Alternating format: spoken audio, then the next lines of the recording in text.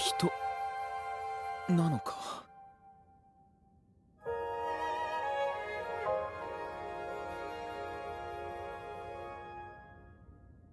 邪魔したな。待って、お願い、助けて。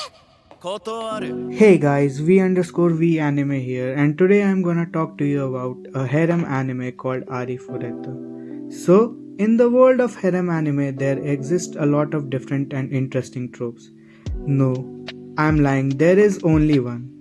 Overpowered MC meets random girl who is in some kind of trouble, and after getting saved by the protagonist, she just has to fall in love with him. And I am here for it. Now I don't know why I like to torture myself by watching shows such as this and feel like shit afterward, but I do. So glue yourself to your monitor as you hear about how I discovered my masochistic side through harem anime. So while trying to search for my dose of harem anime, I stumbled upon a show which seemed to be universally trashed. Yes, you heard that right. I haven't seen too many positive reviews on this show no matter where I looked, and after watching it myself and a brief period of self-reflection, I came to the conclusion that I kind of like it. Okay, before you scream at me, hear me out. Hot mommy dragon girl. I rest my case.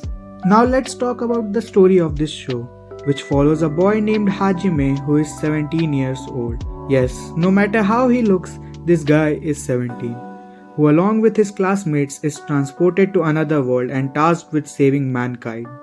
But Hajime's powers are weaker than his classmates and he is belittled because of that.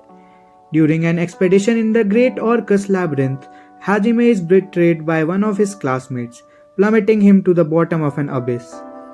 Though he survives the fall, Hajime is faced with menacing monsters. Desperate to live and return home, he resolves to fight for his survival, only to meet an imprisoned vampire he names Yue, who is also seeking to escape the labyrinth. This is the gist of the first few episodes of the story. Now, on to the MC himself. As in the case with any self-proclaimed isekai, Ari Fureta features an unimaginative main character who starts off as weak and kind of a bitch, eventually levels up to a pirate/terminator/phony badass to fight cannon fodder on his way to his eventual harem, where every girl that sees him just has to fling her chastity at him.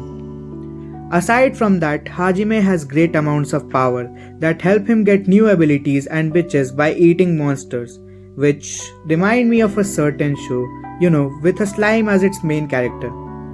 To put it bluntly, this show is a more edgier version of that time I got reincarnated as a slime.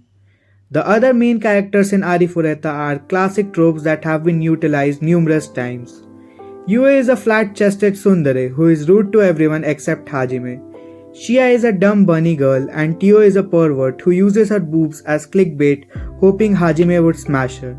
Just like you should smash the sub button. The CGI of this show is very bad. Like just horrendous level bad, which just makes the fights very unremarkable for me. But the silver lining of this show is the hilarious moments it produces, which are sometimes just derived from unintentional circumstances, but when the timing does land, the jokes are comedic gold. For example, in episode 8, while eating his lunch, Hajime decided to shoot a guy for no other reason than being annoyed by him.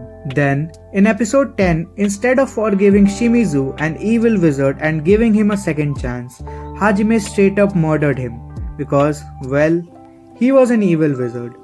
Which is very interesting because while Ari Fureta built itself up on classic tropes, it displayed a willingness to break them from time to time. Especially when Shimizu called Hajime an edgelord straight to his face, causing Hajime to look back into the void. Maybe he was waiting for Naofumi from Shield Hero to come to his aid or something. In conclusion, on one side of the equation we have the unmistakable trashy isekai that is filled with tropes, trashy battle tactics where every episode you're gonna find out a random weapon which Hajime just gets from I don't know where and was never mentioned before, and horrendous animation. And on the other side we have a comedy that points out the flaws of the isekai genre itself. Ari Fureta is simply too objectionable to be called good, but at the same time too funny to be called bad. One thing I can say is that the second season was way better than the first season.